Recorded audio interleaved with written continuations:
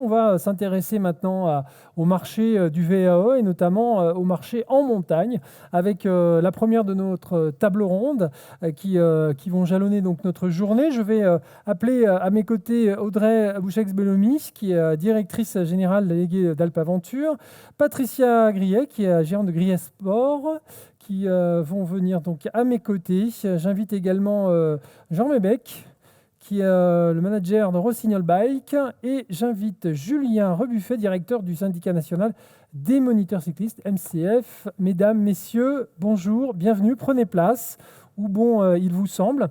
Nous avons une zapette à votre disposition. Voilà, bonjour à toutes et tous, merci d'être avec nous. Voilà, c'est vrai que sur le podium, on va pouvoir enlever le masque, c'est plus facile pour parler.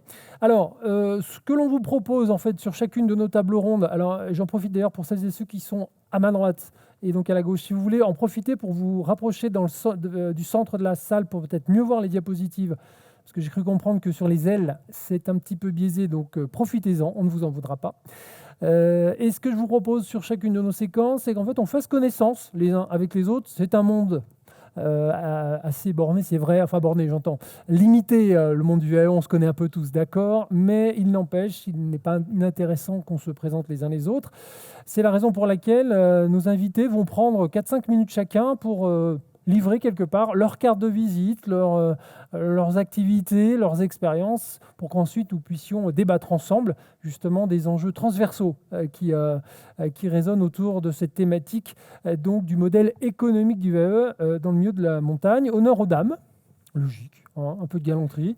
Avec Audrey, je vais vous laisser peut-être prendre un micro et vous puissiez un petit peu nous parler justement donc d'Alpaventure et nous dire de quoi il en retourne. Et si vous le souhaitez, alors soit c'est la régie qui s'en occupe, soit sinon vous avez une petite télécommande si vous voulez faire défiler, comme vous l'entendez. Donc, bonjour à tous et à toutes, merci. Donc Alpaventure, c'est une structure qui a 8 ans, qui est née en Savoie, à la Gétaise, entre Megève et La Clusaz, pour situer. À l'origine, c'était un magasin de ski. Et on s'est tout de suite dit que le magasin de ski en moyenne montagne, ça allait être un peu compliqué.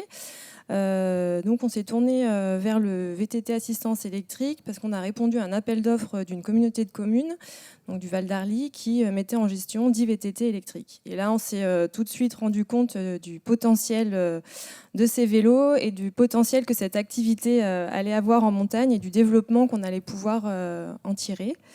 Donc voilà, donc on a aussi également tout de suite développer des produits sur neige. On s'est dit, tant qu'à les avoir, on va essayer d'en tirer toute l'essence. Donc on s'est rapproché des mairies, des domaines skiables pour pouvoir développer des produits sur neige, donc, dont la première qu'on a fait, c'est du VTT de descente sur neige. Et puis ensuite, tout ce qui va être randonnée, etc. Et puis aujourd'hui, on a plein d'autres produits qu'on développe aussi sur la neige. Donc ça a été vraiment notre carte de visite dès le démarrage, c'est de se dire que même il y a 8 ans en arrière, on y croyait déjà fort, et même en montagne à l'année. Voilà, donc on a ouvert en 2016 notre premier magasin saisonnier à La Clusaz, et puis en 2017 à Megève. Et puis, du coup, tout ça a fait qu'on a développé des partenariats, on s'est développé. On s'est entouré de moniteurs, des moniteurs indépendants, MCF. On a construit notre première école. Alors nous, on dit que c'est une école de VTT à eux parce qu'on a toujours été là-dedans. Allez-y, allez-y. Ah, oui, en fait. Voilà, c'est mieux comme ça. Voilà. Pardon. Donc voilà. En 2019, on s'est dit que pour lisser un peu cette activité en montagne, où il y a des mois qui sont quand même malgré tout compliqués, le mois de novembre, avril, qui peuvent être malgré tout assez calmes, on s'est mis à développer des voyages pour pouvoir étendre notre activité au-delà de la montagne et pour pouvoir justement arriver à lisser une activité qui est très marquée par les saisons.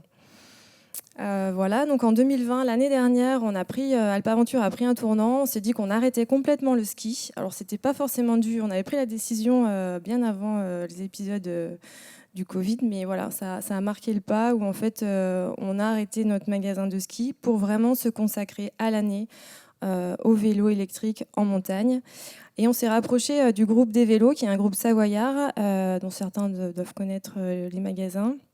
Donc ils sont à Aix-les-Bains, Annecy et Chambéry. Et donc on s'est associé à cette structure pour pouvoir justement marquer un coup d'élan sur notre activité et pouvoir développer le premier magasin à l'année à la montagne, donc qui est à Megève. Et puis voilà, de là, du coup, tout un développement s'annonce pour la suite. Voilà pour celle-ci. Alors, une petite présentation aussi peut-être de l'équipe et aussi des services que vous proposez. Donc voilà, donc à Megève, c'est plutôt un magasin entièrement sur tout ce qui va être la vente, le textile, la location, les prestations de services. On fait des randonnées encadrées avec nos moniteurs. Donc on a une vingtaine de moniteurs avec lesquels on travaille, tout un réseau. Donc on fait des séminaires d'entreprise, ça va dépendre un peu des saisons, des voyages, de la location sèche bien évidemment. Donc ces deux boutiques, elles sont à la Clusaz et Megève. Donc une à la Clusaz qui est plus sur la location pure, et puis Megève où on a vraiment notre magasin de vélo tel qu'on l'imagine. Voilà. Une équipe dédiée de 15 personnes qui travaillent toute l'année avec nous. En fonction des saisons, il y a des renforts forcément. Et donc, comme je le disais tout à l'heure, un réseau de 20 moniteurs indépendants. L'avantage aussi, c'est la capacité. Quand on a préparé ensemble cette séquence, on avait dit on est en mesure de répondre.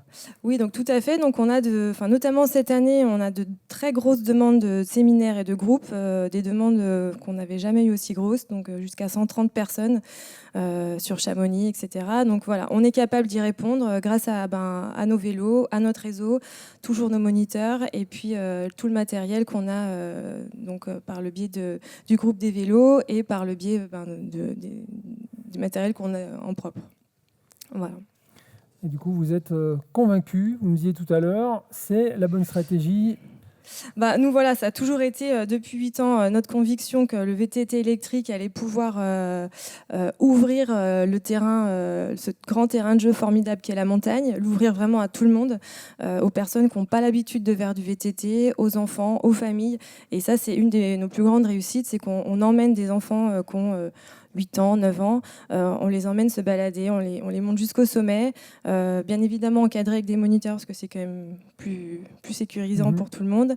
Et notre plus grand bonheur, c'est de voir le sourire des familles à l'arrivée.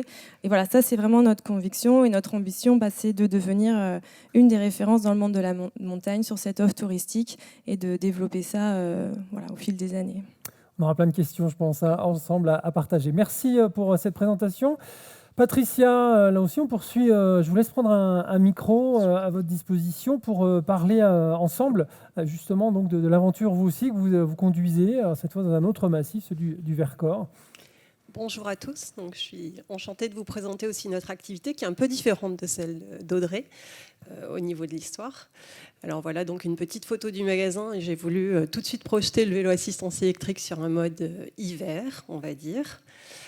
La localisation pour moi est importante. Alors on n'est pas non plus sur le même secteur. Souvent je le dis, moi je suis un peu au bout du monde. C'est-à-dire que Gresse-en-Vercors, même par les Grenoblois, c'est pas toujours bien connu. On est souvent associés sur le plateau et c'est pas du tout le cas. On est à 40 minutes au sud de Grenoble en direction de Sisteron. J'ai essayé de vous montrer un territoire qui est très joli, très nature aussi. On est à 1250 mètres d'altitude, donc ça c'est important. Je vis énormément avec les saisons. Le village est petit, 390 habitants. La commune, elle est immense. C'est la 3e du département au niveau de sa surface. Donc vous pouvez imaginer, dans un territoire vaste comme celui-ci, que notre activité, elle est très liée au tourisme. La première commune, pour vous le situer, elle est à 12 km de chez nous. Et bien sûr, beaucoup plus bas en altitude, à peine 800 mètres. Voilà. Alors, je pense qu'il manque un slide, non ? Peut-être le rouge, si on peut revenir en arrière. Non, Ah. oui, non, on a tout. Bon, il y a un petit bout qui est parti ? Oui, il y a un petit bout qui est parti. Tout simplement au niveau de l'entreprise, donc ça me perturbe, excusez-moi.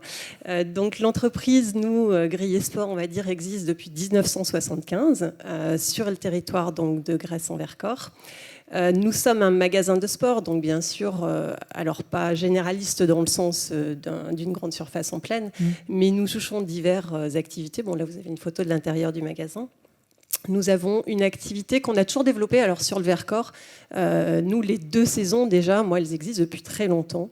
Et on va dire que l'été n'a jamais été, on va dire, la promotion de l'hiver ou quoi que ce soit. Ça a toujours été des choses très, très complémentaires. Tiens, je pense qu'il y a un petit souci au niveau des slides. Donc 2 saisons d'activité et qu'on a essayé de tourner, que moi j'ai essayé de tourner en tout cas sur 4 saisons pour beaucoup de choses déjà. Au niveau de... On arrive à retourner, non ? Oui, on va laisser agir la régie. Voilà, donc l'entreprise en fait de ces 2 saisons est passée sur un mode 4 saisons avec une équipe à l'année, c'est-à-dire que moi j'ai 3 employés à l'année, donc on est 4 à travailler. On a 6 employés saisonniers l'hiver pour nous renforcer. Et 4 l'été à peu près, bon, plus les extras, je ne parle pas de tout ça.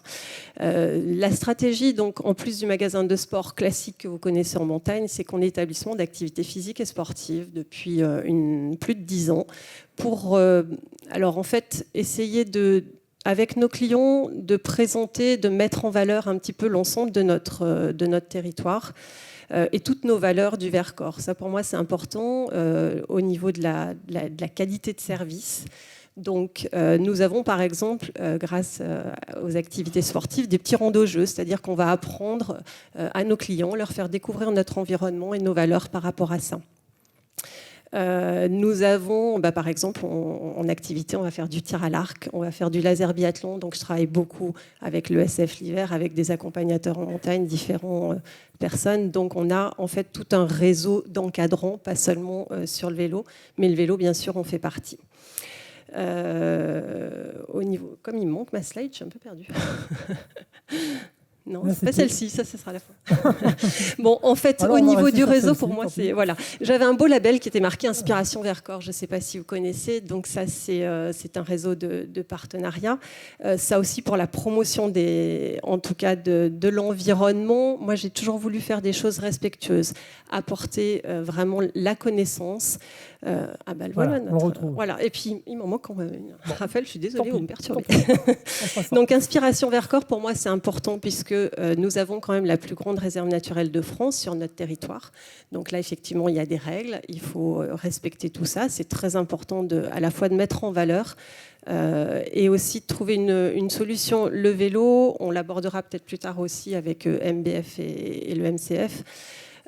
Pour moi, c'est important qu'on le fasse aussi dans un cadre et qu'on structure l'offre aujourd'hui. Voilà. Au niveau, donc effectivement, nous, toutes nos catégories, alors on essaye toujours d'apporter des services. Donc si on est ski 7, c'est par rapport à la location de ski pour arriver à quelque chose de vraiment intéressant et qualitatif pour nos clients. Et pareil sur le vélo. Alors, si on reparle vraiment du vélo assistance électrique chez nous, on a 2 systèmes, bien sûr, la location en liberté et les sorties encadrées. On travaille avec un réseau de moniteurs, mais on a aussi dans nos employés quelqu'un qui est diplômé et qui fait partie aussi de MCF. Le vélo, c'est on va dire que maintenant, c'est toute l'année. Alors, on a commencé par des fat bikes il y a très longtemps, mais qui n'étaient pas assistance électrique. Et puis, on est passé, bien sûr, sur des vélos assistance électrique en fat bike aujourd'hui également. Nous avons un parc, alors j'ai mis 25 à 40 vélos, c'est vrai que cette année, il nous en manque quand même quelques-uns. Il a fallu qu'on se débrouille. L'idée, sur le plan économique, c'était de ne pas forcément faire tourner nos fat bikes toute l'année, quoique finalement, ça s'y prête très très bien. Et franchement, pour une clientèle, une cible de location, des gens qui n'ont pas l'habitude de pratiquer le vélo en montagne, là, le moniteur, en tout cas, pourrait vraiment en parler. C'est très rassurant, sécurisant, en tout cas. Sur notre développement aussi, pour la location, ce que j'ai voulu faire, pour pas que... c'est aussi par rapport à la structuration, on va dire, sur le territoire, puisque nous sommes sur un petit territoire. J'ai travaillé depuis très longtemps avec des GPS de la marque Tounav. Et en fait, on prépare des itinéraires. C'est-à-dire que là, je vous ai mis trois pistes, par exemple, 3 noms. Tranquillou Gilou, si t'as pas les jetons, descends les Chaillons, la Grande Étoile de Grèce. Alors, la location, pour nous, ça va du VTC, bien sûr, au VTT. On fait pas que du VTT. Quand j'ai commencé il y a 10 ans avec Moustache, je vous dirais que c'était plutôt les VTC. J'avais que 2 VTT assistance électrique il y a une dizaine d'années et ce n'était pas encore vraiment dans la tendance. Donc le VTC fonctionne toujours, en tout cas en location. Parce qu'en plus on a des magnifiques routes qui s'y prêtent aussi très bien, des cols, c'est intéressant. Alors cette histoire d'itinéraire, c'est tout simplement pour travailler aussi avec des partenaires, pour que nos clients trouvent le meilleur enchaînement quand on parle de VTT. Et par exemple en VTC, ils vont se déplacer à vélo. On est dans cette idée de mobilité, de partager un petit peu, de voir tous ces paysages et d'aller à un endroit pratiquer aussi quelque chose, découvrir la fontaine ardente, aller faire un tour au col de l'Arzelier pour profiter du panorama, aller jusqu'au lac du Monténard, etc. Où j'ai aussi un circuit, on l'appelle la piscine sans souci, puisque les gens partent 2 heures, font 2 heures de vélo, vont dans un restaurant, profitent de la piscine et repédalent après sur des magnifiques itinéraires pour remonter sur Grèce. Voilà, donc on joue un petit peu sur les deux et là-dessus c'est très important, ça évite aussi que les vélos aillent de partout. Ça, pour nous, c'est important. En location pure, les gens n'ont pas à se poser la question où est-ce que je vais. On discute avec eux de l'itinéraire qu'ils choisissent. Et franchement, ils sont toujours contents parce qu'en fait, ils auront vraiment piloté à leur niveau sur cette location au lieu de chercher l'itinéraire, de ne pas savoir au fait je fais où, je fais quoi. Ils s'engagent sur des choses trop difficiles ou trop faciles et ils seraient déçus dans ce cas-là. Donc ça, c'est un petit peu notre force qu'on a développée au fil du temps. Et puis pour les sorties accompagnées, c'est vrai qu'on roule évidemment sur Grèce et puis on se déplace, on a une remorque. Et dans ce cas-là, on peut faire du vélo au lac du Monténard, que vous devez connaître avec les passerelles himalayennes. On fait aussi, on se déplace sur le col de l'Arzelier, sur Monestier, sur Chéchiliane. On rayonne un petit peu sur l'ensemble du territoire, pas seulement chez nous. Du coup, les clients qui peuvent rouler en liberté à Grèce, on propose de les accompagner sur un autre secteur. Voilà, ça fonctionne bien. Donc voilà un petit peu l'idée du vélo.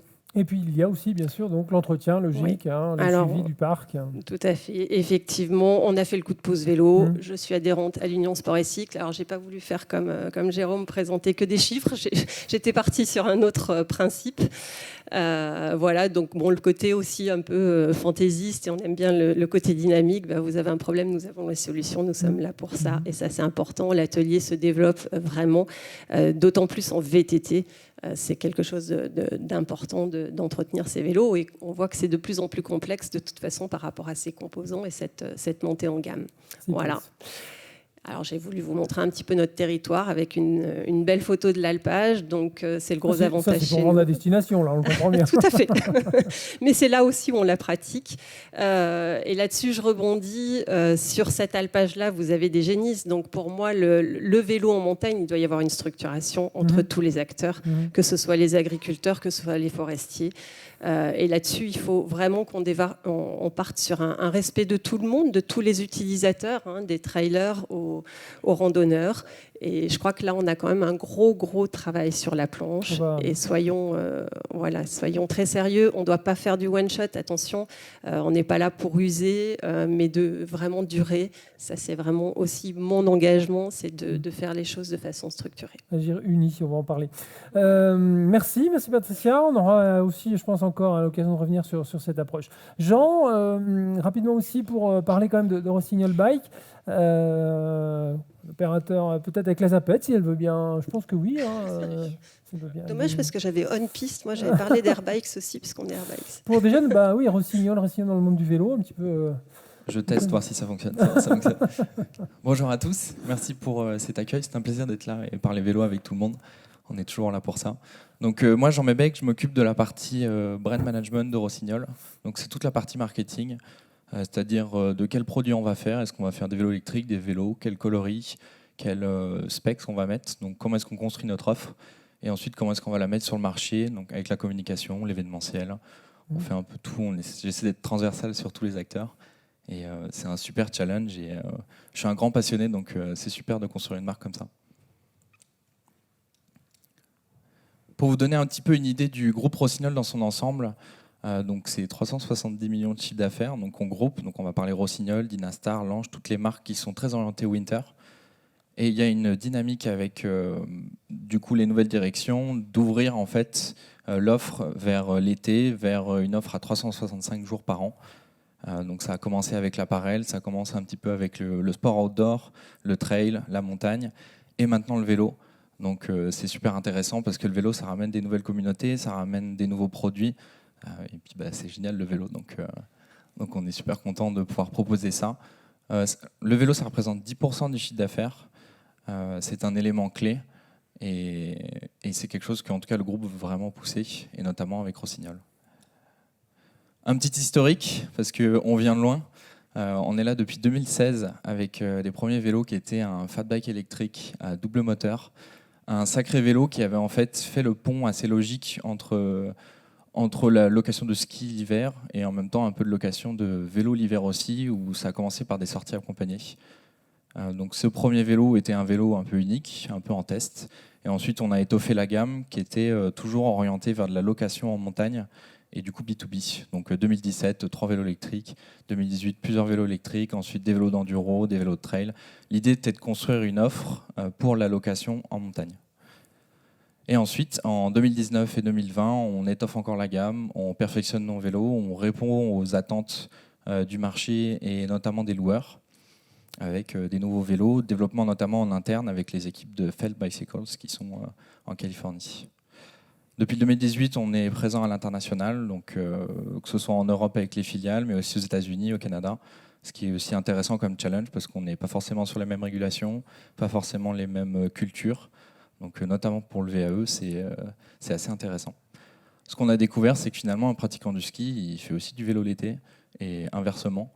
Et on a converti beaucoup de personnes grâce au VAE qui connaissaient la marque et ont essayé un VTT à eux pour la première fois, et c'était un Rossignol.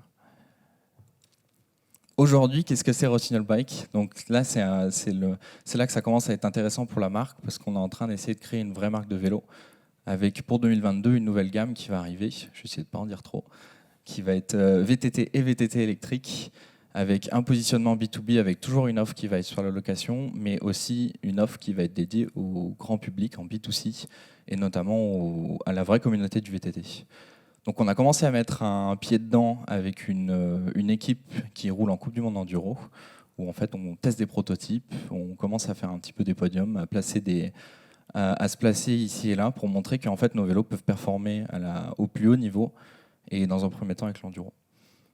Donc on peut voir aussi le Mandate Shift qui est notre nouveau vélo électrique qui va sortir en 2022, déjà présent un petit peu en station dans certaines locations, un peu en avant-première, justement pour pouvoir un peu tester le vélo. On verra après où vous vous situez alors dans la barre de, Jérôme évoquait tout à l'heure, dans la barre des prix. On pourra vous cibler l'année prochaine aux prochaines assises alors. Bien sûr. Avec ce nouveau modèle. Et voilà globalement mon côté, un peu la présentation de Rossignol, et après je suis ouvert pour discuter. On reviendra effectivement sur l'activité marché, c'est intéressant. Julien, un mot bien sûr du syndicat national, incontournable opérateur bien sûr. On a entendu parler, il y a des micros un peu pour tout le monde, si vous voulez, n'hésitez pas. Chacun le sien, il n'y a pas de problème. Et puis la Zapette aussi, c'est possible. C'est la Bible, la Zapette, il n'y a pas de problème. Pour donc parler de cette activité historique et d'accompagnement et de formation, d'éducation. Oui, bonjour à toutes et à tous. Alors je vais commencer par des chiffres, mais c'est qu'un slide, promis.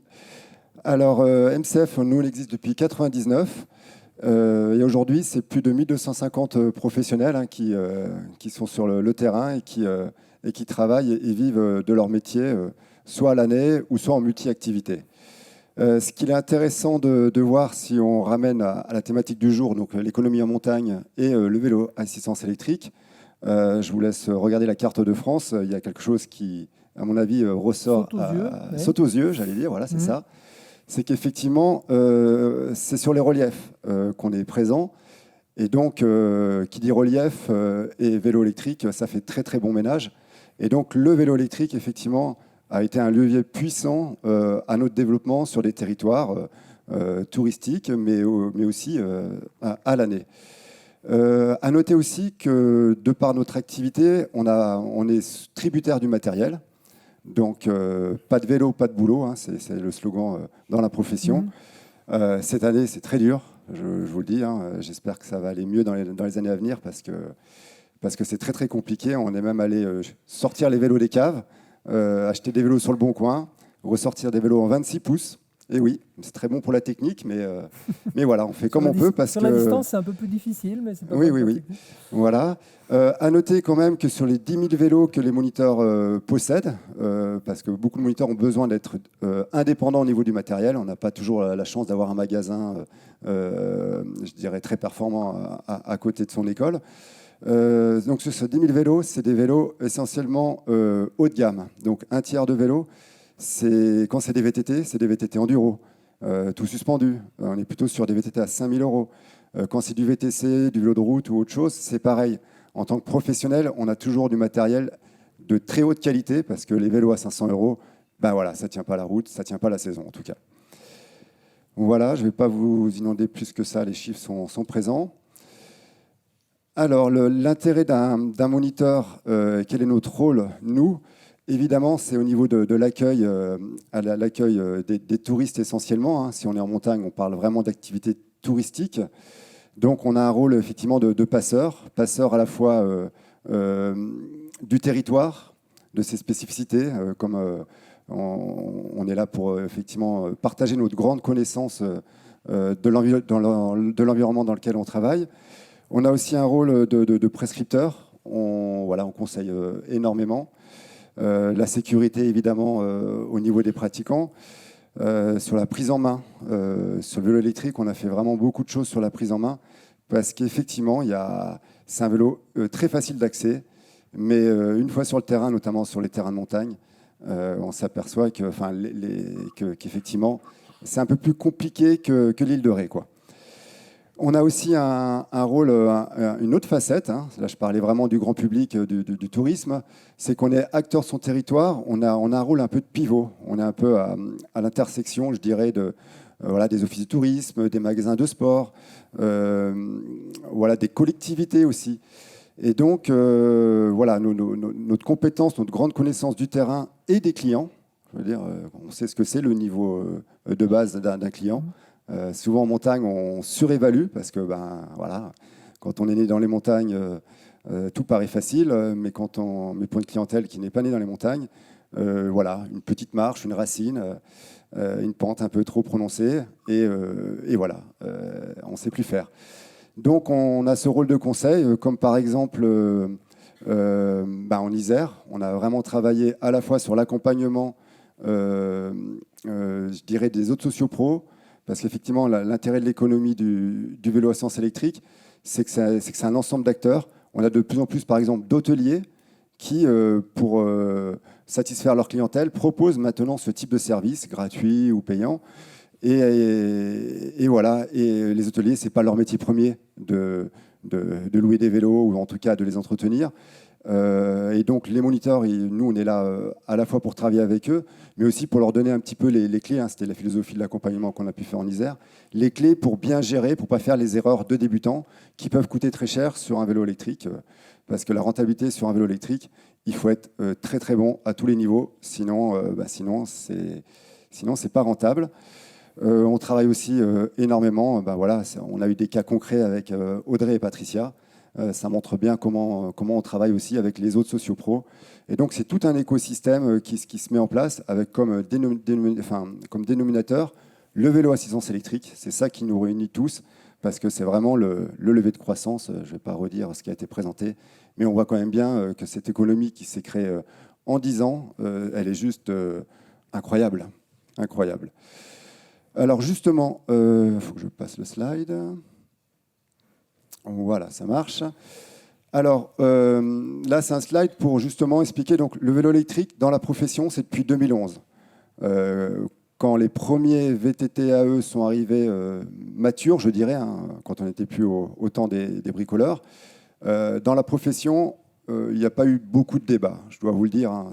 En 2011, les premières assises du VAE, souvenez-vous, on se disait, mais est-ce que c'est un vélo, est-ce que c'est une moto ? Est-ce que d'un point de vue philosophique, on est encore dans le sport, dans l'effort? Il y avait tous ces débats-là. Nous, ça n'a pas duré longtemps. Un vélo de flemmard. Un vélo de flemmard, c'est plus du vélo, on a tout entendu en fait. Ouais. Bon, nous, on a tout de suite vu le potentiel, le côté juste génial du vélo à assistance électrique et ce que ça pouvait ouvrir. En gros, on est passé, avant, sur une clientèle d'une station, on pouvait viser peut-être 25% de la clientèle. plutôt sportive, plutôt à la recherche de sensations. Avec le vélo à essence électrique, c'est 100% de gens qui viennent en montagne, qui potentiellement peuvent être clients d'un moniteur, d'un magasin, et en tout cas avoir une expérience autour du vélo électrique. C'est un changement de paradigme majeur. Donc on a démarré au début, en 2011, c'était surtout la randonnée. Voilà, c'était le vélo qui permettait de découvrir le territoire. Ça nous a obligés, nous, à revenir sur une compétence très touristique. On a ressorti le métier de guide. Enfin, pas le métier, excusez-moi, le nom de guide. Voilà, on est les moniteurs, mais on s'est aperçu que moniteur, c'est quand même le cours de vélo, la technicité, et qu'on avait des gens qui étaient là, surtout pour pas prendre de cours, mais plutôt pour avoir un support de découverte, pour rayonner sur un territoire. Et quoi de mieux que le vélo à assistance électrique pour le faire. Mais chemin faisant, voilà, on a vu de nouveaux potentiels qui sont arrivés et qui ont tout de suite matché. Je pense notamment les séminaires d'entreprise, Audrey en a parlé. Voilà, c'est pareil. Dans les entreprises, ce qui est hyper intéressant dans le team building, c'est que les gens partagent l'activité, se fassent plaisir, ne galèrent pas trop. Et le vélo électrique, ça permet ça nivelle les niveaux. Et donc, on peut à nouveau avoir des activités fédératrices grâce au vélo électrique. Et donc, ça fonctionne très, très bien. Je pense que ça a été dit tout à l'heure. Et nous, on confirme très, très bien. Alors, ça a été dur, quand même, le Covid. Mais ça repart, comme en 19, là. Ça repart vraiment très, très fort, le séminaire d'entreprise. Et c'est tant mieux. Il y a aussi le VTT sur neige. Patricia, vous en avez toutes les deux parlé. Le VTT sur neige, c'est grâce à l'électrique qu'on a pu faire cette bascule. Et donc, c'est important à l'échelle de notre profession. Il faut comprendre qu'on était monosaison, l'été, grosso modo, 3 mois. Grâce au séminaire, grâce au VTT sur neige, on a commencé à travailler sur les ailes de saison. Donc, c'est très important, les ailes de saison, et aussi l'hiver, parce qu'on peut aussi avoir des logiques d'amortissement du matériel beaucoup plus longues. Et amortir un vélo électrique sur 2 mois, il faut vraiment se planter sur rien du tout. Il faut vraiment que tout qu'il fasse beau, que les gens soient au rendez-vous. Je dirais que le moins de cailloux dans la chaussure, on peut boire le bouillon, quoi. Donc ça demande effectivement d'être très très très bon. Et je dirais que l'électrique qui permet aussi d'allonger les saisons, voire même d'avoir des écoles 4 saisons, comme c'est le cas avec Alp Aventure, mais avec d'autres structures aussi. On a des moniteurs qui travaillent maintenant à l'année, qui proposent à l'année du VTT, même si ce n'est pas leur unique source de revenus, même si à côté de ça, ils ont un magasin où ils sont loueurs. Mine de rien, ils proposent de l'encadrement à l'année. Et ça s'est fait grâce au VTT, grâce à l'électrique en tout cas. L'itinérance aussi. L'itinérance qui était un peu en désétude, en tout cas sur les reliefs. On sait que ça cartonne bien sur tout ce qui est Loire à vélo, sur, on va dire, l'offre vélo-tourisme. La route des Grandes Alpes. Voilà, la route des Grandes Alpes. Mais la route des Grandes Alpes, quand on est entraîné, quand on a une petite condition physique, c'est très bien. Quand on met une remorque, les enfants, et qu'on ne fait pas du vélo en assidu, le vélo électrique le permet. Encore une fois, le côté révolutionnaire, magique. C'est comme si on avait toujours cette petite main, cet ange qui nous pousse dans les moments durs et qui fait qu'au niveau motivation, il n'y a plus de frein. Je dirais qu'il n'y a plus de frein et après, il n'y a plus qu'à. Donc voilà, l'électrique nous a permis de passer d'une saison estivale à un tourisme 2 saisons, 4 saisons. On n'est pas là pour débattre de ça, mais en tout cas une activité beaucoup plus lissée sur l'année. Et enfin, alors si on se projette un petit peu, vers quoi on va maintenant? Alors c'est intéressant, je l'ai dit, on avait une clientèle plutôt touristique, plutôt néophyte, débutante, qui n'était pas forcément là pour faire du vélo, mais qui utilisait le vélo comme moyen de découverte, comme support de déplacement. Maintenant, on commence à avoir des demandes sur du perfectionnement technique, parce qu'effectivement, les techniques qu'on apprend en VTT descente, elles sont reproductibles à la montée avec des VTT à assistance électrique. Voilà, passer des épingles à la montée, par exemple, sur des sentiers de montagne, du GR. Il y a des techniques pour le faire. Et on commence à avoir des demandes là-dessus sur des pratiquants qui se disent je suis encore en échec, le potentiel de mon vélo, je ne l'utilise pas pleinement, et qui viennent vraiment chercher du perfectionnement. Alors, c'est tout petit pour l'instant, c'est plutôt des demandes nouveaux, c'est plutôt à l'engagement d'ailleurs. On n'a pas encore des offres groupes là-dessus. Mais mine de rien, c'est quand même un indicateur. Il y a l'enduro aussi. L'électrique a permis de s'affranchir des remontées mécaniques. On utilise les remontées mécaniques quand elles sont ouvertes, on en a besoin, mais on peut aussi avoir une offre alternative quand elle ferme, et on sait que les remontées mécaniques, c'est entre 2 et 3 mois. Et bien voilà, ça nous a permis d'ouvrir les ailes de saison, grâce aussi à l'enduro, qui mixe un petit peu la balade, la découverte, la randonnée et la descente. C'est vraiment un produit hybride, mais qui fonctionne très très très bien en ce moment. Des nouvelles clientèles aussi néophytes. Alors quand je dis néophytes, ce que je veux dire, c'est qu'on observe que maintenant le réflexe de prendre un moniteur tout de suite, depuis le Covid en tout cas, on l'a vu. Cette nouvelle clientèle qui arrive a vraiment besoin d'assurance, de réassurance, où avant on faisait plutôt du service après-vente sur des personnes qui ont d'abord loué un vélo, qui ont généralement eu une mauvaise expérience, au risque même d'arrêter. Certaines, voilà, on remet une pièce et du coup, on fait le service après-vente, on remet ces personnes, je dirais, sur le circuit. Mais là, on a vraiment, un petit peu comme pour le ski, alors c'est nouveau aussi, mais c'est intéressant pour nous parce que, commercialement parlant, c'est agréable quand même d'avoir des gens qui viennent nous voir tout de suite pour dire j'ai envie de faire du VTT, du vélo à assistance électrique, mais dans les meilleures conditions possibles, qu'est-ce que vous avez à me proposer, quoi. Donc c'est aussi une évolution de la clientèle, des modes de consommation qui sont assez intéressantes. Au niveau économique aussi, il y a un nouveau modèle économique qui commence à apparaître pour les parcs de vélos, avec le leasing, avec la location longue durée. Il y a des acteurs qui maintenant, alors ça a toujours existé, mais là maintenant je dirais qu'il y a des acteurs, notamment Rhône-Alpin, comme eBax Solutions avec qui on travaille. Et c'est vrai que pour les sociopros, c'est aussi très confortable de pouvoir louer son parc de vélo 1 mois, 2 mois, 3 mois, 4 mois, juste le temps dont on a besoin, sans se soucier ni de la vente, ni de l'entretien, ni de l'achat, ni de la dispo et tout ça. Et en plus, avec une rentabilité, une visibilité sur la rentabilité, et une rentabilité qui est meilleure. Donc ce modèle-là, il est adapté pas pour tout le monde, mais pour certains, c'est vraiment la clé d'une nouvelle rentabilité. Et donc c'est toujours très intéressant d'avoir ça, parce que la rentabilité, c'est un peu là où ça pêche un peu, surtout pour les acteurs qui viennent de l'hiver. L'hiver, je vous le dis, c'est facile, hein, les skis, une grosse rentabilité, l'entretien, il y a un modèle. Bon, voilà, on n'est pas du tout sur les mêmes niveaux de rentabilité. C'est beaucoup plus laborieux, mais ça en vaut la peine pour les sourires qu'on procure, pour l'intérêt pour les territoires et aussi pour les économies d'échelle qu'on peut faire sur la durée, d'avoir une activité à l'année. Je pense que pour les stations, les magasins, c'est quand même aussi souhaitable. On est moins tributaire finalement de l'enneigement. Et si on doit se projeter, je vais prononcer le mot gravel. Alors le gravel, c'est voilà, je sais que dans l'industrie du vélo, ça phosphore beaucoup. Est-ce que c'est le nouveau truc qui va vraiment rencontrer son public et se démocratiser et devenir populaire? Je n'ai pas la réponse. Par contre, on peut quand même faire des projections par rapport à notre prisme à nous, les moniteurs. Ce qui est clair sur le gravel, sur les lieux où on travaille, c'est que ça sera avec de l'électrique ou pas. Voilà. Parce que sinon, c'est trop élitiste. Les braquets, il faut être trop dans la condition. Les prix d'achat aussi, il n'y a pas de gravel à moins de 1 000 €, il n'y a pas de modèle, ça reste assez haut de gamme. Donc la démocratisation du gravel, pour nous les moniteurs en tout cas, sur des territoires de montagne, ça sera en électrique ou non.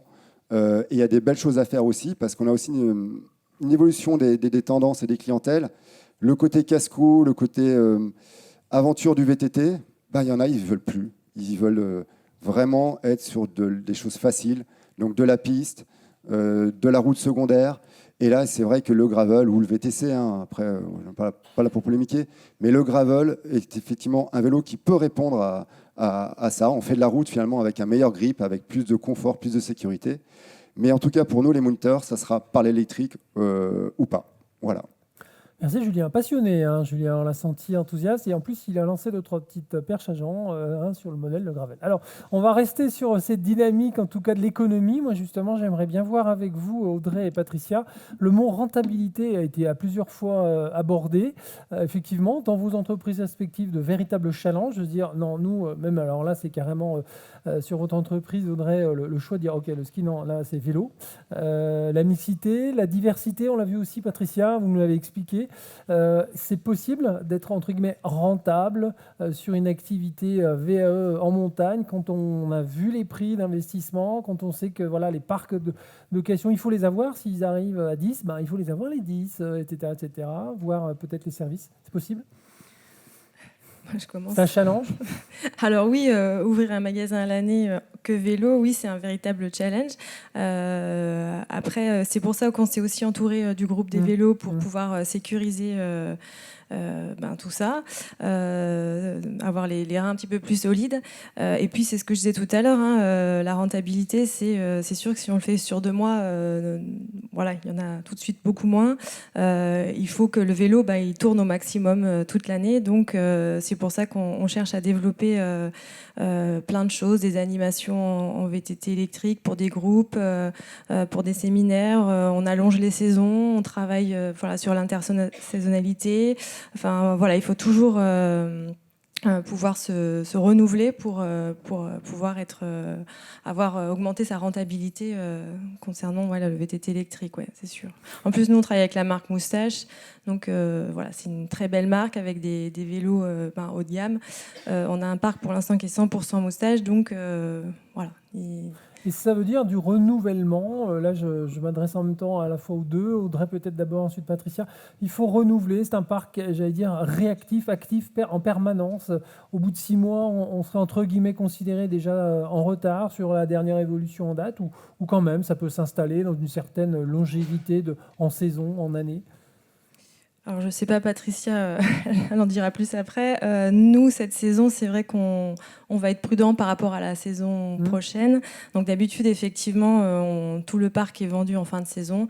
Cette année, on a fait le choix de ne pas tout vendre et d'en garder pour pouvoir s'assurer, justement, l'année prochaine d'avoir la disponibilité. Alors, voilà, après, on aura des VTT à la location qui seront moins modernes. Voilà. Mais bon, c'est vrai que on va dire que 80% de nos clients, 90% même, ne cherchent pas le dernier vélo de l'année, quoi. Patricia, comment ça se passe dans le Vercors? Déjà, je voulais dire, comme le précisait Julien, je crois qu'il n'y a pas un seul modèle, mais il y a plusieurs modèles. C'est-à-dire qu'aussi, en fonction de notre territoire, nos deux entreprises ne peuvent pas se ressembler, heureusement d'ailleurs. C'est un point fort, c'est la territorialisation quelque part. Il faut arriver à une sorte sur mesure, un peu, vraiment la bonne clé au bon moment. C'est vrai, c'est important. Je pense aussi pour que ça dure dans le temps par rapport à la valeur. Donc effectivement, nous, on a un développement qui a été très, très progressif. Il y a une dizaine d'années qu'on loue des vélos assistance électrique et bien sûr de plus en plus de VTT. Après, il y a je voulais dire aussi le savoir-faire, le côté technique du vélo. Aujourd'hui, tout le monde ne peut pas être loueur de vélo, ça c'est clair. De toute façon, même... Surtout les vélos électriques, c'est ça? Parce qu'il y a le vélo déjà en général, je pense, et le vélo électrique, c'est encore autre chose par rapport à l'usage, puisque on a une clientèle effectivement des fois qui est moins pratiquante, qui a moins l'habitude et qui se retrouve sur un vélo électrique et ça reste un vélo. Voilà. Ce que je voulais dire par là, c'est que l'entretien est vraiment très très important. On a vu qu'il y avait une évolution technique aussi. Ça a été présenté par Jérôme Valentin. Donc on a besoin de techniciens qui sont très très performants. Donc il faut aussi arriver à garder notre personnel, garder les compétences à l'année. Ça c'est important. Tout le monde ne peut pas être loueur de vélo. Je vois pas comment la prestation peut être bonne quand elle est fournie par un atelier qui prend ça, un hôtelier qui va prendre ça en complément. Enfin, je me demande d'ailleurs le temps qu'on y passe dessus. Moi, je me dis, mais c'est assez hallucinant. Et bien sûr, il faut se mettre aussi à la place du client. Ça, c'est très important. Il doit avoir une bonne expérience. On n'est pas là pour... d'autant plus en tant que professionnel, mais même, je vois pas quel est l'avantage de proposer un vélo où le frein ne sera pas bon ou quelque chose comme ça, ou s'il y a une chute avant, on s'en est pas rendu compte. Rien n'empêche à ce que l'hôtelier, lui, sollicite le socio-professionnel de son réseau pour fournir la prestation. Ça veut dire que les professionnels, nous, magasins de sport, nous devons être au mieux, en tout cas au niveau de la formation, on doit vraiment bien savoir. Alors c'est vrai que c'est plus compliqué, c'est très différent du ski, au niveau de l'entretien, au niveau du matériel, au niveau des pièces détachées, tout ça, c'est vrai que c'est pas évident, d'autant plus en ce moment. Donc ça, heureusement qu'il y a aussi des instituts comme le CNPC. Je pense que il faut que nos employés soient bien formés. Ça, c'est indispensable pour qu'on s'en sorte en tant que professionnel. Et après, sur le modèle économique, quand on parlait de la revente de vélos, c'est vrai que la stratégie, elle change déjà d'un modèle de vélo à l'autre, on va dire. Par exemple, un vélo enfant 24 pouces, vu l'évolution, on n'a peut-être pas besoin en tout cas de le changer chaque saison.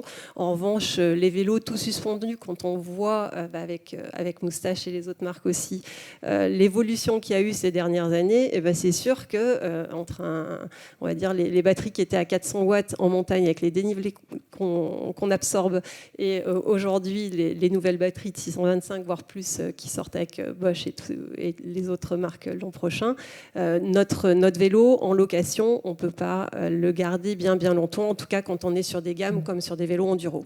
En revanche, on peut rester aussi un peu plus raisonnable parce qu'il faut peut-être parler de l'environnement aussi, de notre marque sur l'environnement, sur l'empreinte carbone sur la planète. Donc là aussi, je pense qu'on peut avoir des stratégies qui sont un petit peu variables. Comme je l'ai dit, au niveau du territoire, tous les magasins ne doivent pas se ressembler.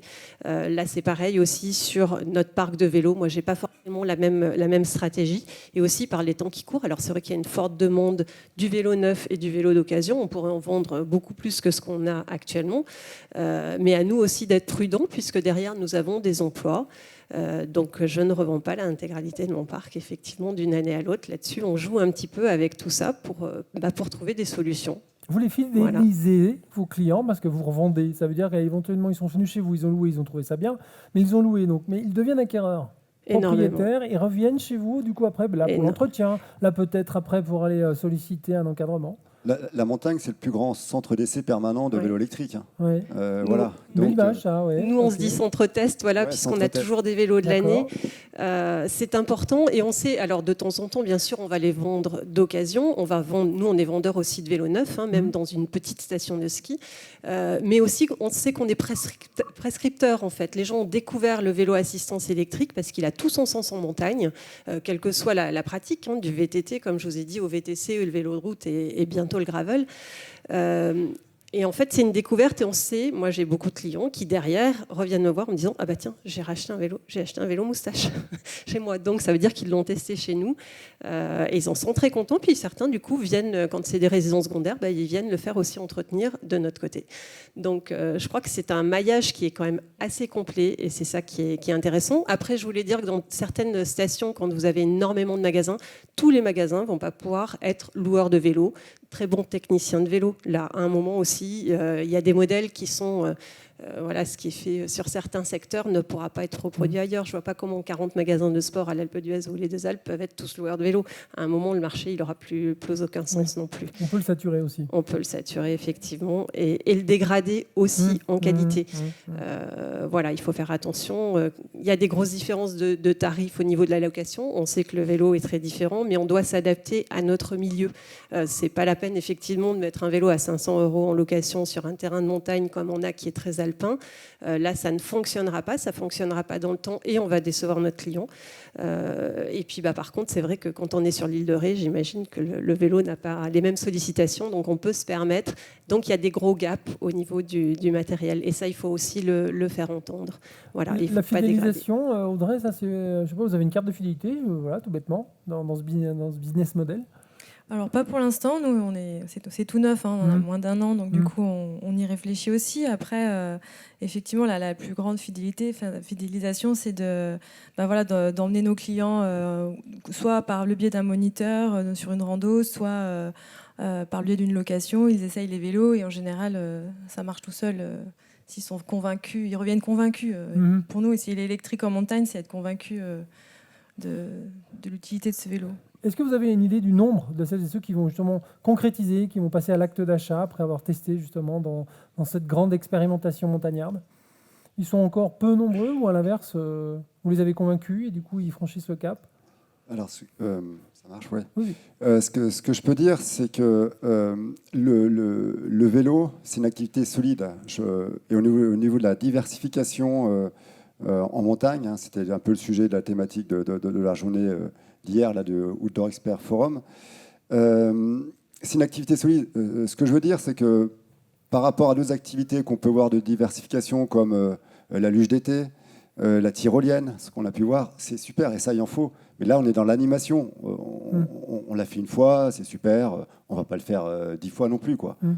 Donc voilà. Et c'est ça la force du vélo, parce qu'il partage ça avec le ski, c'est que quand on a mis le doigt dedans, généralement, si ça a été bien fait, avec des bons vélos, avec effectivement des bons parcours et des bons moniteurs, derrière, c'est des gens qui sont piqués, quoi, il faut le dire comme ça, et qui vont vouloir revenir et qui vont consommer du vélo. Alors peut-être pas toujours au même endroit, peut-être pas toujours la même forme de vélo, mais en gros, voilà, ceux qui pensent Astronoma, en tout cas, on forme une génération vélo aussi, et pas juste des enfants, des adultes, qui ensuite vont vivre cette culture vélo, parce que le vélo, c'est un lifestyle aussi, c'est un style de vie au bout d'un moment, et surtout dans l'air du temps. Donc parfois, en découvrant le vélo à la montagne, le vélo à sens électrique, on va franchir le pas aussi de retour à la maison pour ses déplacements ou pour ses loisirs. Et ensuite, on reviendra surtout. Et c'est ça qu'il faut noter.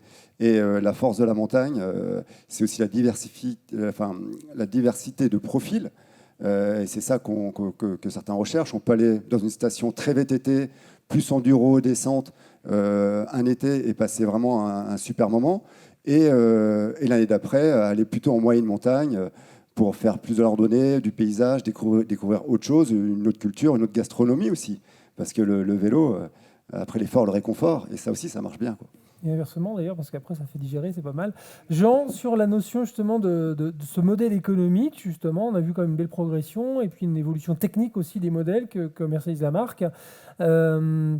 D'une, pénétrer le marché facile, et deuxièmement, les stratégies justement, c'est le B2B, on en parlait tout à l'heure, et maintenant la réflexion d'aller au B2C.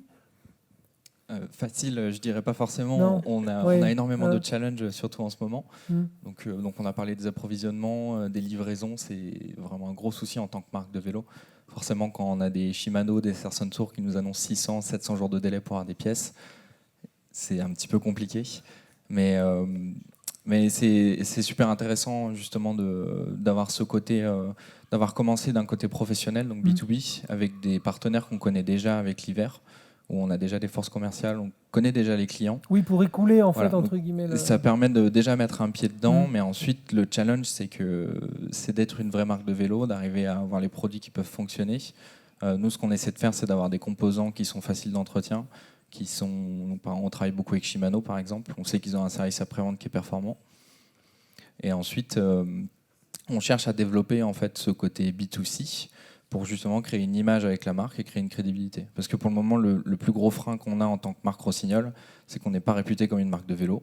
On est une marque de ski, on est une marque d'équipement sportif d'hiver. Et c'est comment est-ce qu'on peut être crédible, et c'est ce qui va aussi faciliter le loueur à passer le pas et surtout à revendre son vélo. Parce qu'il y a un énorme challenge là-dessus où forcément un moustache, un spé, ça sera plus facile à revendre qu'un Rossignol. On va mettre un peu l'électrique de côté parce que à partir du moment où c'est électrique, je pense que c'est plus facile à revendre. Mais quand c'est Rossignol, on se dit mais c'est quoi cette marque ? Donc nous, l'idée c'est qu'on fasse beaucoup d'efforts dans la communication, dans la presse, dans les tests. L'idée c'est de crédibiliser cette marque pour montrer qu'on peut aussi faire des beaux vélos et que ça peut être connu et que ça peut autant fonctionner qu'une autre marque. Et la stratégie économique que vous avez retenue, c'est d'emblée, entre guillemets, l'haut de gamme, le produit qui ne tiendra pas justement la saison, mais qui est quand même là pour s'inscrire dans la durée. Oui, c'est ça. On reste sur un positionnement donc milieu haut de gamme pour en fait de l'utilisation de montagne. Donc notre nouvelle gamme qui va sortir en 2022, c'est que des tout suspendus. Donc on va avoir des vélos entre 2000 et 6000 euros. C'est fait pour cette pratique justement, pour l'utilisation, que ce soit en location, que ce soit pour le VTTiste aguerri. C'est ce qui fonctionne le plus, en tout cas, avec notre positionnement Rossignol en ce moment. Et quand on est comme ça dans le milieu qui est le vôtre, concevoir, imaginer quelque part ce que vont être les attentes demain, après-demain, de celles et ceux qui vont les utiliser. On parlait du gravel tout à l'heure. À vous de trouver le couteau suisse, le bon couteau suisse justement qui va faire que, tiens, hop, là, il n'y avait pas forcément grand monde, je m'y installe et en plus, je mobilise le réseau de professionnels autour de moi. Et c'est pas évident justement d'arriver à définir ce que ça va être les tendances. On parle du gravel. Le gravel, c'est super intéressant. Moi-même, j'en fais. Je trouve ça super marrant. C'est très ludique. C'est super pour faire de l'itinérance. Mais il faut avoir les chemins qui sont aussi adaptés. Parce qu'on essaie de faire un peu de VTT en gravel, mais en vrai, autant faire du VTT. Et par exemple, aux États-Unis, au Canada, ils ont des énormes pistes de vélo. Enfin, des trucs qui sont vraiment faits pour ça. Donc, on comprend le sens. Et c'est vrai que c'est intéressant de voir où est-ce qu'on peut aussi faire notre trou, donc avoir des produits qui peuvent déjà fonctionner partout, donc des trous suspendus, électriques ou pas. Et par exemple, on a un produit qui fait facilement le pont entre le ski et l'hiver, c'est notre fat bike, qui peut justement fonctionner autant sur une activité de location hiver que de l'été. Et ça marche en France, ça marche dans les pays scandinaves, ça marche au Canada. C'est des produits un peu de niche où on a quelque chose d'intéressant à montrer aussi. Vous avez des clauses de revoyure ou du moins des habitudes de revoyure avec justement vos réseaux professionnels pour dire voilà comment ça se passe sur ce modèle-là, vous avez des retours, etc. pour arriver à dire bon ok on modifie, on influence. Oui, l'idée c'est de prendre un maximum de retours sur le marché, que ce soit via nos forces commerciales. Moi j'essaie de venir un peu sur le terrain, sur les événements pour comprendre ce que c'est l'utilisation des vélos. Et oui, il y a des modèles qui n'ont pas marché donc on a arrêté, d'autres modèles qu'on a dû améliorer. Et l'idée, c'est de constamment essayer de répondre aux attentes des loueurs, mais aussi du conso. Donc, il faut toujours être à l'affût des nouveautés, toujours regarder tout ça. Donc, il faut suivre. Je serais tenté de vous demander si vous avez des roues anti-crevaison sur les vélos. On a du tubeless. Bon, c'était un peu facile, c'est une jonction parce que je voulais demander à Julien moi, sur la notion d'usage. Hein. On a compris cette expérimentation là, et Patricia nous disait tout à l'heure aussi attention, on a un rôle à jouer sur nos territoires. On a vu la photo d'alpage. On a entendu hein, chez les collègues de la presse de temps en temps ça frite. Pousse-toi de là que je m'y mette avec mon vélo. On a vu apparaître des clous qui n'étaient pas forcément au bon endroit, des cordes tendues, enfin des trucs pas très poétiques en tout cas pour l'image de la montagne accueillante du VAE. Aujourd'hui, on en est où? Est-ce qu'il y a effectivement une éducation forte à faire de toute la communauté, j'allais dire, consommatrice de la montagne? Alors, en fait, les phénomènes dont vous parlez, ils sont surtout symptomatiques un peu de notre société. Hein. Ce n'est pas lié uniquement au vélo, mais on remarque, tout le monde remarque hein, dans la société, c'est un peu plus tendu la sortie. Le Covid a quand même laissé des traces, et on laisse toujours. Par contre, ce qui est sûr, c'est qu'effectivement, on a des vrais enjeux sur comment accueillir cette nouvelle clientèle, alors ces nouveaux pratiquants, on trouve plein de noms, mais en tout cas, nous, on s'en réjouit. Honnêtement, pour nous, c'est un vrai challenge d'avoir des personnes qui finalement redécouvrent la montagne, redécouvrent la joie des espaces naturels. Et je dirais que c'est notre devoir à tous, hein, pas seulement aux moniteurs, mais à tous les acteurs, de voir comment on fait en sorte de mieux les accueillir, de mieux passer les messages. Les codes de la nature, les codes de la cohabitation, c'est des codes qui sont très simples, hein, qui sont basés vraiment sur le respect, la politesse et le bon sens. Mais voilà, c'est aussi des valeurs qu'on perd un peu dans la société. Et donc, on a vraiment un gros challenge. Il y a beaucoup de solutions. Il y a un gros challenge pour, effectivement, je dirais, d'étendre un petit peu les choses sur le terrain et la cohabitation entre différents usages, surtout que le vététiste d'un jour, ça va être le randonneur du lendemain, et ainsi de suite. Hein. On est très en silo en France et tout ça. Mais voilà. Et je pense que ce qui nous manque beaucoup, et je suis content de voir ce que ça se met en place sur Grèce en Vercors, en fait, c'est le dialogue social, c'est tout simplement la discussion, c'est de se mettre autour de la table avec effectivement tous les acteurs concernés, les sociopros, les alpagistes, évidemment l'ONF, les élus aussi, et puis les pratiquants. Il ne faut pas les oublier, les pratiquants. C'est quand même, je veux dire... Eux qui vont faire le développement n'est ni plus ni moins ce que veulent faire les gens ou ce que font les gens. Et on n'a pas à aller contre, on a plutôt à regarder comment on fait pour accompagner ça. Des solutions, il y en a énormément. On a parlé de l'enduro. L'enduro, si effectivement il n'est pas, si personne ne s'en occupe, effectivement, il va se développer de manière, il peut se développer de manière anarchique en créant des tensions. Mais à partir du moment où on se met de la table et qu'on cherche à voir comment on peut faire éclore à un moment ou l'autre une offre officielle et puis conventionnée, avec l'accord en entendant les contraintes et les attentes de chacun, et qu'on se met autour de la table, on y arrive. Donc il faut quand même une volonté politique, une volonté de tous les acteurs, parce qu'il suffit qu'il y ait un acteur qui ne veuille pas jouer le jeu, qui reste dans la posture. Et là, effectivement, ça devient compliqué.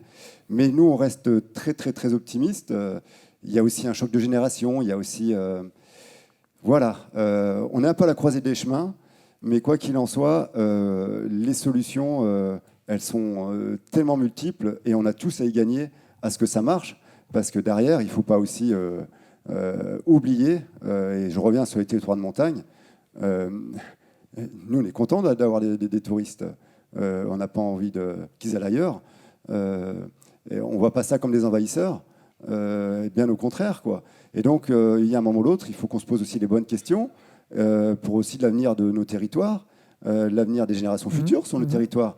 Est-ce qu'ils vont pouvoir vivre, travailler, bâtir une maison, mettre leurs enfants à l'école et faire du VTT, ou est-ce qu'on va les cloisonner, quoi. Donc, posons-nous les bonnes questions aujourd'hui pour demain. C'est vrai qu'il y a une très grosse évolution. Nous, on le voit, alors parce qu'on est peut-être qu'à 40 minutes de Grenoble, hein, donc on a un renouvellement de population. Le télétravail y est aussi pour beaucoup, mais là aussi, il faut qu'il y ait une ouverture, beaucoup de tolérance, c'est-à-dire que tout est possible. On peut vivre dans nos villages de moyenne montagne, voire un petit peu plus haut. On peut aussi vivre du tourisme, apporter une valeur sur le territoire. Je crois qu'en fait, il y a de la place pour beaucoup de choses et il n'y a que des solutions à trouver. Il ne faut pas partir sur une seule organisation. Voilà, aujourd'hui... Audrey, sur cette notion de territorialisation et quelque part d'appropriation par le territoire de l'offre que vous avez générée, vous avez reçu des soutiens, on est venu vous voir en disant, alors là, super, on va vous aider, c'est trop bien, au contraire, ça fait travailler des moniteurs, ça fait découvrir notre territoire, on va vous aménager des terrains, des petits panneaux, tout ce qu'il vous faut. Alors c'est un peu une bataille de tous les jours, hein, pour l'instant. C'est vrai qu'il y a des mentalités qui commencent à changer. C'est vrai que l'année dernière, le fait que les remontées mécaniques soient fermées et que du coup ça a mis un coup d'éclairage sur plein d'activités, notamment le VTT électrique. Les mentalités commencent à changer, en tout cas dans les stations que je connais. Je sais que par exemple la Clusa commence à se positionner. Alors quand je dis la Clusa, c'est les élus, l'office de tourisme, commence à se positionner sur une offre VTT 4 saisons. On commence à avoir des choses qui émergent, mais c'est pas si évident que ça. Pour l'été, il n'y a pas de souci, c'est ancré. Juillet, août, il y a des itinéraires spéciaux qui sont développés pour le VTT, pas forcément pour le VTT électrique, mais pour le VTT.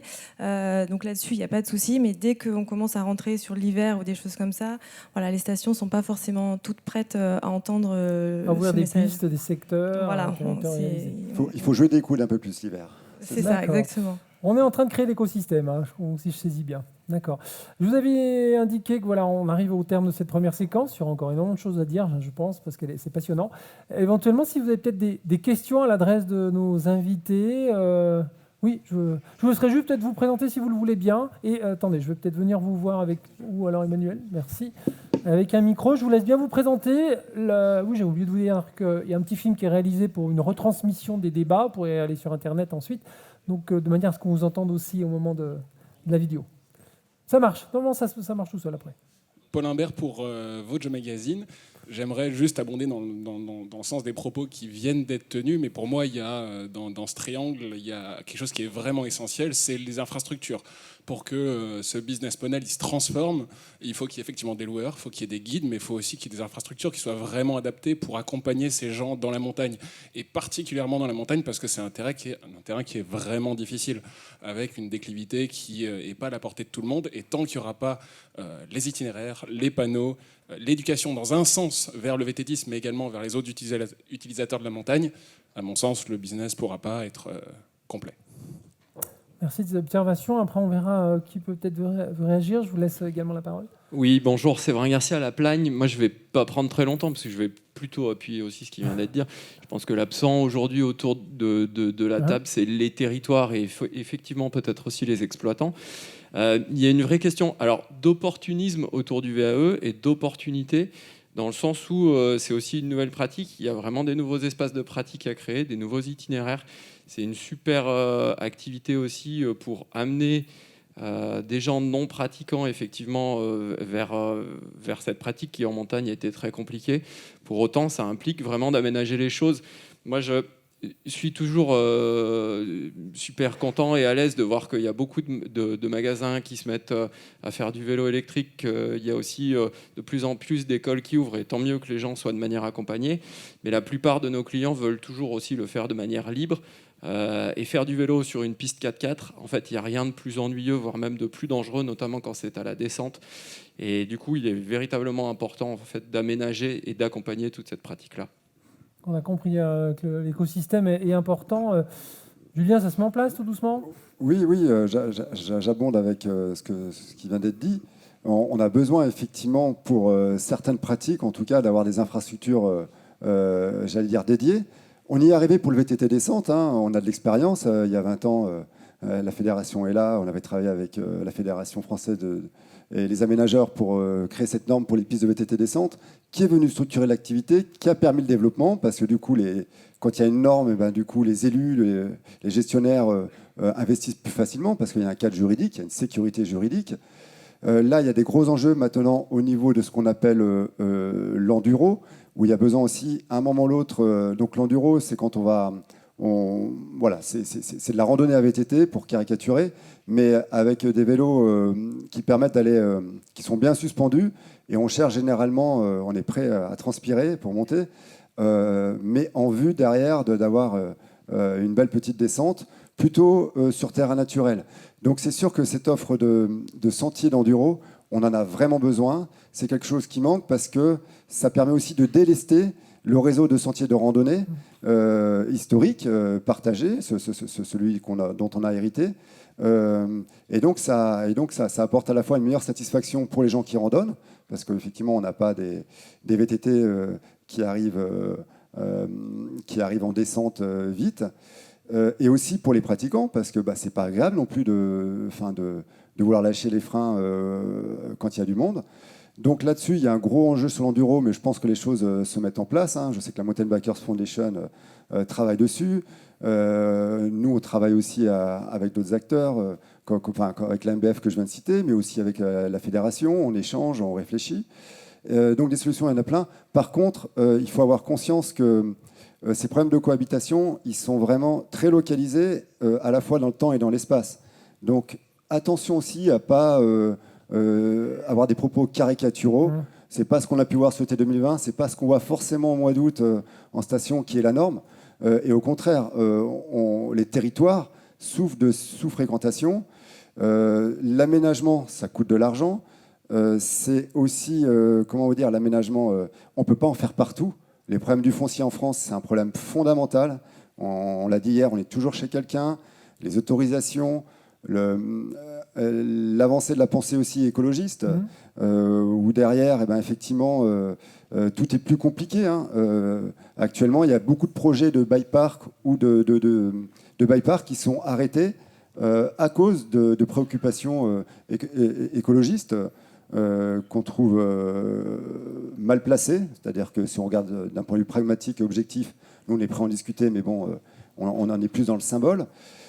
Et donc, il ne faut pas non plus quand même, il faut sécuriser quand même, et ça c'est un message que j'adresse à tous les acteurs, que le réseau de sentiers de randonnée reste partagé avec les randonneurs pédestres, avec effectivement les cyclistes, avec les cavaliers aussi, avec les trailers, parce que si on veut, à un moment ou l'autre, créer des infrastructures partout en France pour chacun, on va tous y perdre. Vraiment, voilà ce que je voulais dire.